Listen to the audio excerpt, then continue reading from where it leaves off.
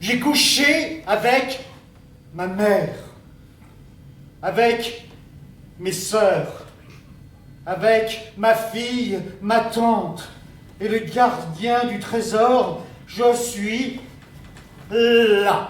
Sire, le peuple gronde. J'ai tué mon bouffon et mon épagnol. Un petit poignard a eu raison du grand chambellan. J'ai aussi de mes mains quelques prisonniers pour les délivrer d'eux-mêmes. Je suis là. Sire, le peuple s'enfle.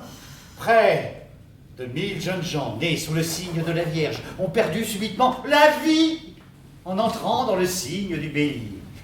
Près de 1000 jeunes vierges nées sous le signe du Bélier ont perdu subitement l'honneur en entrant dans le signe du Taureau. Je suis là. Là. Sire, le peuple se repeuple. Une puce a partagé ma couche et je n'en ai rien su. Sire, le peuple. Hier soir, alors que je me promenais seul dans les jardins suspendus, j'ai saisi le soleil à la gorge et j'ai serré de toutes mes forces. As-tu remarqué, Hormone, comme les ténèbres rougeoyaient? Sire, le peuple aspire à se tremper dans votre sang. Mais quoi de plus naturel, Hormone? Sire, le peuple. J'ai omis un détail. L'épagnol ressemblait furieusement à mon bouffon. Tuez son âme. Mais où vont les âmes des épagnols? Hormone, si tu tiens quelque peu à ta carcasse navigable, amène-moi sur le champ l'homme qui saura répondre à cette question. Où vont les âmes des épagnols? À vos ordres, sire.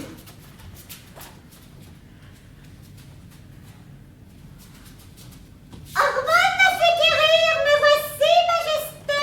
Je baise vos pieds. Baiser des pieds à ton âge? Relève-toi, comment t'appelles-tu? Épagnol, sire. Voilà qui m'ossied, Épagnol. As-tu une âme? Toute frisée, sire. Toute frisée à toute frisée, et où va-t-elle après la mort? Tuez-moi et vous la suivrez à la trace. Bien répondu, Épagnol. Non seulement je te laisse la vie sauve, mais quand tu rentreras chez toi, tu trouveras une levrette dans ton lit. Va! Mais que, sire, que votre majesté soit bénie au-delà des siècles de toute expression. Sire, Épagnol vient de me filer entre les jambes. Votre royauté est-elle satisfaite? Si la royauté se satisfaisait en prenant sa faim pour nourriture et non sa faim pour l'objet de sa nourriture, elle abdiquerait sur le coup. La royauté. Ah, ça c'est envoyé. Pas d'aparté, Suzy, un chêne. Lorsqu'on jouera devant la marquise, il ne s'agira pas de se livrer à quelques petites réflexions personnelles. Est-ce que tu crois qu'il y aura un bon buffet? Oh, pardon, c'est qui? À toi, te dis-je, un chêne, invente n'importe quoi, ce qui te passe par la tête, mais un chêne. Sire, le peuple gronde. Tu te répètes, Hormone. Eh quoi, sire? M'en tiendrez-vous rigueur si ceux accusés l'ordonnance du ciel, chaque matin, l'astre des joies vos embûches, ne vient-il point trouer l'est de son visage radieux? Les saisons n'obéissent-elles point régulièrement aux prunes, aux poires, aux abricots? L'abricot ne se répète-t-il pas à des milliers d'exemplaires? La femme finit-elle jamais de se conjuguer à l'homme? L'homme se rassasie-t-il d'un seul mot? La sauterelle d'un seul saut? Sire, après le dimanche, viennent des jours en i qui ne sont que prétexte en i pour enfanter un autre dimanche. Dieu, chaque seconde, expire sa création pour l'aspirer de nouveau et l'expirer de rechef. La mer revient là où elle peut et repart là où il faut. Le cygne chante quand il doit mourir et meurt quand il doit chanter. Dès l'aube, le poète se rue sur la page blanche, laquelle au crépuscule se rue sur le poète noir. Les villes font les trottoirs font les filles de joie refont les trottoirs. Répétition, sacrée répétition. En vérité, ce n'est pas tout de coucher avec sa mère. Faudra coucher avec. Ce n'est pas tout d'oxyre son bouffon et son épagnole. Un autre bouffon et un autre épagnole renaîtra qu'il faudra réoxyre. Telle est la loi, sire. Mais à quoi sert le pouvoir s'il ne peut m'affranchir de la loi? Ne vous abusez point, sire. Vous n'affranchirez jamais la loi, mais la loi vous affranchira. Impudent, fornicateur, conseiller d'eau douce.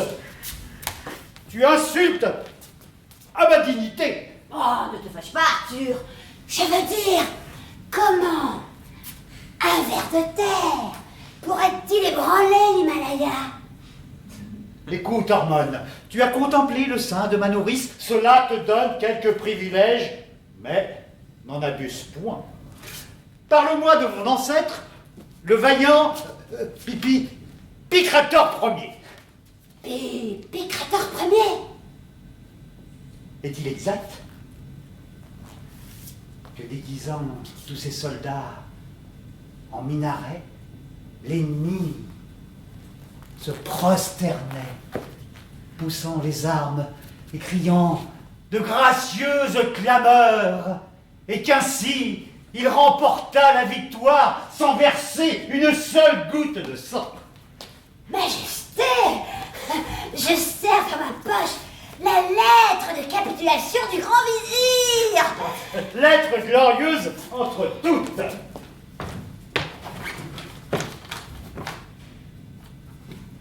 Mais c'est l'écriture d'Hortense? L'écriture d'Hortense? Tu as une lettre de ma femme dans ta poche? Mon lapin chéri? Oh, je me suis trompée. Ce n'est pas celle du grand vizir.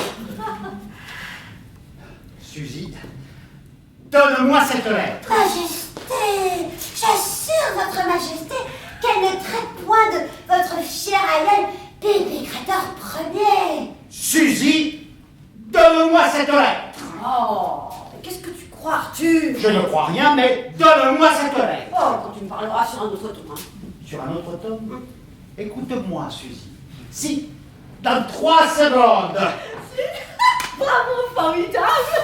Vous jouez avec un naturel. Si vous êtes dans cette forme devant la marquise.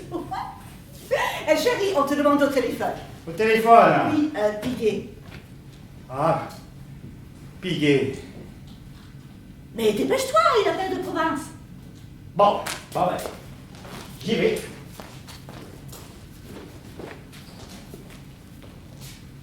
Mon lapin. Non, pas ici, nulle part, je t'en prie. Mais qu'est-ce qui se passe? Mais il se passe que Arthur et moi, quand tu es arrivé, on ne jouait pas. Quoi? Enfin, on jouait. Mais dans le feu de l'action, j'ai sorti une lettre de ma poche, je la lui ai donnée, et c'était la tienne. Mais ça, c'est malin, hein? Malin fait du vaudeville maintenant, un chapeau. Mais Hortense, c'est pas le moment de parler de chapeau, là. Il faut trouver quelque chose, je sais pas, moi. Mais il a lu. Mais non, tu es arrivé au bon moment et je lui ai arraché des mains. Mais mon lapin, s'il n'a pas lu. Mais arrête de m'appeler mon lapin.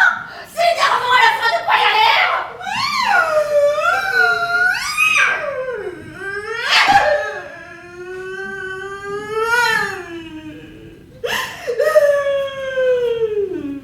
Oh, excuse-moi, oh, canard, tu comprends que je suis anéantie en ce moment, je suis anéantie. Je suis anéantie. Voilà. Je suis anéantie. J'ai une idée. Nous allons noyer le poisson. Noyer le poisson. Quand Arthur va revenir, tu ressortiras la lettre de ta poche et tu insisteras pour qu'il la lise. Hortense! Quand il la lira, tu pourras de rire. Et entre deux accès d'hilarité, tu lui avoueras que c'est une farce que nous avons montée toutes les deux pour lui apprendre comment il faut jouer au naturel, quoi. Et puis tu m'appelleras grand cri. Et moi, arrivons sous les champs, pliés en deux. Si tu voyais ta tête, Arthur, impayable. J'ai failli m'évanouir dans la coulisse. Arthur, faut-il que tu sois naïf? Hortense, tu es formidable, tu me donnes le frisson. Mais Mais quoi? tu ne te rappelles peut-être pas de ce que tu as écrit dans la lettre. Mais parfait. Tu vais même en rajouter. Ces choses. Je vais en rajouter, alors vite dans la main. Hortense! Dépêche-toi! Heureusement que c'est Piggy au téléphone. Chaque fois qu'il appelle, il raconte sa vie. Alors, t'as un stylo? Oui. Alors, coupe-toi. Je vais ajouter un post-scriptum. Et voilà, remets-la dans ta poche. Qu'est-ce que tu as écrit? Une de ces cochonneries. Hortense! Ça lui donnera peut-être des idées. Hortense, je t'assure que tu me donnes le frisson. Frisson, mon petit buisson. Non, tu es complètement folle. Et puis, je te confie un secret. Un secret. J'aime Arthur. Tu aimes Arthur? Mais mon lapin, moi aussi j'aime Arthur. Comment ne pas l'aimer, un homme si droit, si propre, si généreux et si évident? Hortense, tu vois, quand je pense à tout le mal que moi je lui cause, et puis à cette perpétuelle trahison. Mais mon lapin, quel mal! Hein? Mais si je supporte les qualités d'Arthur, c'est uniquement grâce à toi, tu sais. Tu crois? Mais tu le sais bien, Suzy. Jamais j'ai été si douce envers lui, si compréhensive. Tiens, encore avant-hier, je lui ai servi le petit déjeuner au lit. J'ai épousé une sainte. Nécessité de répéter. J'ai épousé une sainte. Non. Ne t'y trompe pas, mon lapin. Arthur, il nage dans la joie. De nous trois, c'est le roi, hein. Bah, c'est le cas de le dire. Il ignore tout de nos difficultés, tous ces courrincants de bonheur, arrachés quel cri. Ah oui, quel cri! Mais est-ce que c'est ma faute si chaque nuit, j'ai l'impression de me coucher avec un phoque? Ah, tu sais, Arthur a été élevé en Suisse. Mais ça, je sais. Hortense, tu vois, si j'allais jusqu'au bout de mes pensées, eh bien... Va. Eh bien, au cours de nos étreintes passionnées, de nos illuminations, je donnerais mais n'importe quoi pour que Arthur soit là. Ah, ça alors? Et je lui dirais, Arthur, regarde ta femme, c'est bien elle, c'est bien Hortense, ce brasier, ce volcan, ce Niagara, cette armée en marche, ce tremblement de terre. Je lui dirais, Arthur, ne me remercie pas, nous, on est toujours à toi en service de moi. Merci. Le piqué, là, est impossible de décoller. Hein. Chaque fois, il répète la même chose. Comme il ne sait pas mentir, eh bien, il répète chaque fois la même chose. Tu pouvais pas l'expliquer. On est sur nous. Ça m'a coupé l'inspiration. Homme! La lettre du grand vizir. Oui, la lettre du grand vizir. Une trouvaille, ce grand vizir. Hein. Je remonte sur le trône. Et moi, je vous laisse à vos divertissements. Hein. J'ai mes envies en fou. Hein. Majesté. Excellence. Norman, ne t'en va pas. J'ai une idée. Toi aussi? Quoi, moi aussi? Non, rien. Si Hortense jouait avec nous, elle fait tellement bien la révérence. Mais j'ai jamais joué, hein. Je ne saurais pas. J'ai jamais joué, je suis sûr que pour les rôles comiques. Pourquoi comique? Tu ne partages pas mon avis, Suzy. À deux, on ne se renouvelle pas assez. Et ça finit par être un peu monotone. Évidemment, à 3, ça risque d'être plus drôle. Hortense pourra faire la reine. Ah oui, la reine, qu'on m'apporte la tête d'hormone sur un plat. Je mettrai ma robe à grand décolleté. Essayons toujours ce qu'il faut. c'est trouver la trame sur laquelle nous pourrons broder. Voilà, c'est ça. Un peu de broderie. Mais c'est pas difficile. Je suis la reine. Je suis la reine et je brigue le trône. Et tous les moyens sont bons pour y parvenir. Comme de m'assurer de la complicité de ce vieillard en n'hésitant pas à coucher avec lui. Par exemple. Par exemple? Non, non, non. Mais pourquoi pas? Ça me paraît excellent et facile à interpréter par ce roi. Tous les deux, vous complétez ma mort. Nous nous entretenons des affaires de l'État, et tout à coup, la reine, à ton signal lubrique, sort un poignard dessous sa satinette et le plonge par 3 fois dans mon sein.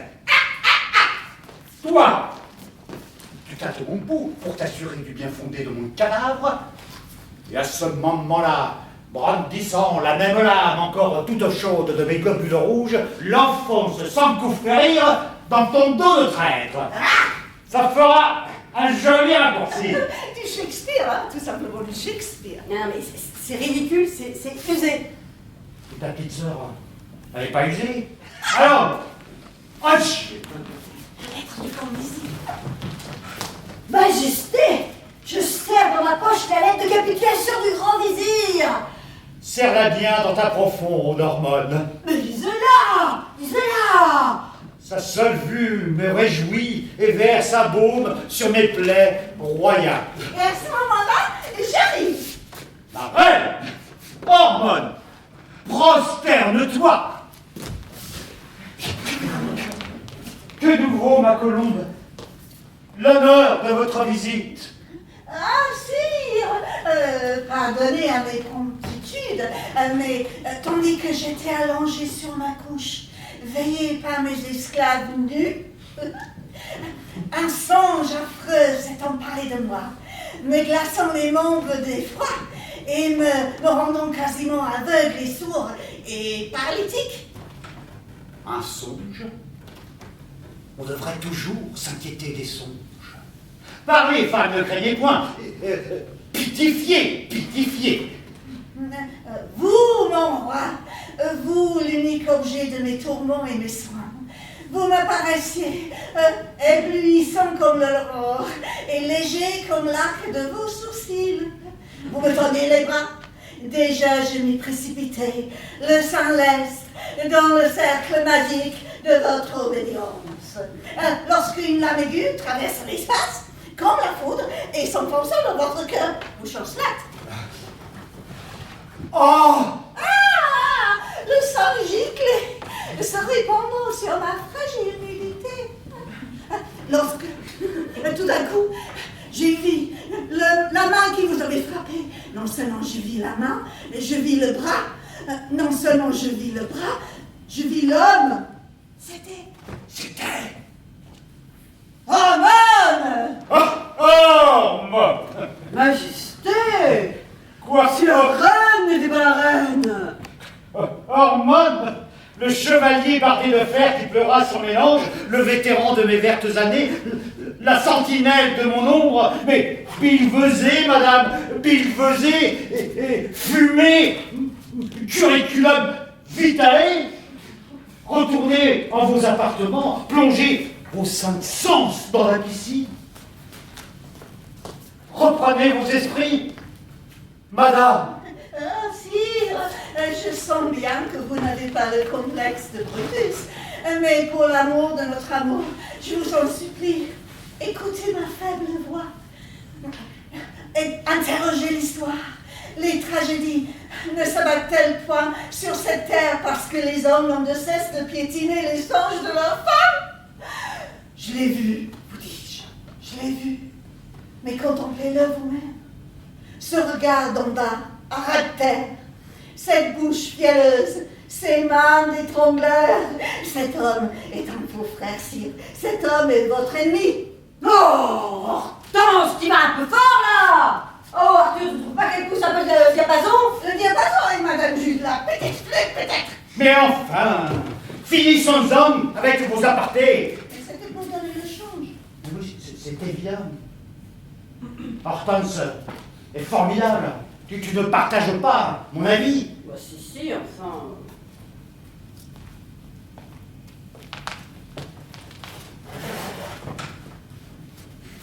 Femme, cessez d'accabler ce vieillard agreste et livide. L'exercice du pouvoir et de mes aberrations m'a appris que nous n'avons au monde qu'un seul ennemi, ô combien fraternel et redoutable, soi-même. Que murmure-t-on dans le harem? Vos louanges, Majesté, vos louanges. Faudrait toutes qu'on les passe au brou de noix et qu'on les tombe. Que marmonnes-tu entre tes poils, hormones? Le grand âge, sire, le grand âge. Les paroles traversent mes lèvres comme les poissons au milieu d'un filet brachet. Oui, et en murmurant aussi, enfin, des rumeurs qui ont pénétré jusque dans le gynécée, qui insinuent, Majesté, que J'aime les insinuations. que votre trône branle sur ses bases. Mon trône rentre sur ses bases? Voyons un peu. Ma foi, il y a du vrai. Je le ferai raboter. Mais pas de doute. Pas de doute. Pour branler, il branle. Normal, mon amour. N'hésitons plus. Droit au cœur, à mort le tyran. Parfait. Excellente. Pendant que j'examine les bases de mon trône, à vous les roucoulades. La marquise se tiendra les côtes. Je pourrais peut-être faire le roi, non, pour changer un peu. Ça ne change rien du tout, Suzy. Ce que le public doit sentir. Oh, vous ne sentez pas? Mes endives, en masse à table et continuez après. Hein? Mes endives! Oh, endive et miséricorde. L'ensemble ne marche pas mal. Mais tu devais prendre ton rôle moins à cœur, Suzy. Un peu de légèreté, un peu de laisser-aller, que diable. Ce que je voulais te dire, c'est que le public doit sentir que nous aimons nous-mêmes. Tu comprends? Oui, mais enfin... Moi, je me suis follement amusé. Ça en fait toujours un. Le coup du grand vizir. C'est le coup du grand vizir. Quand je t'ai fait croire que c'était l'écriture d'Hortense, tu aurais vu ta tête à ce moment-là impayable, hein? On aurait dû prendre une photo. Par exemple... Sacré hormone, tu me feras toujours rire. À table! Alors, ne faisons pas attendre notre souveraine.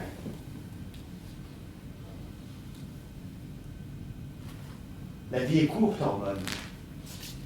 Qu'est-ce que la vie? Le soir descend. Dans les cimetières, les cyprès fouillent le ventre des morts, les astres énormes étincellent, pas plus gros qu'une tête d'épingle. Brouillard, brouillard. Toutes les rues se ressemblent, les enfants se perdent dans leurs rêves. Qu'est-ce que la vie? Qu'est-ce qu'un roi, la couronne des fêtes sur la tombe de l'impossible amour? Quelle importance! Arthur. Allons, avance, avance. Moins la peine.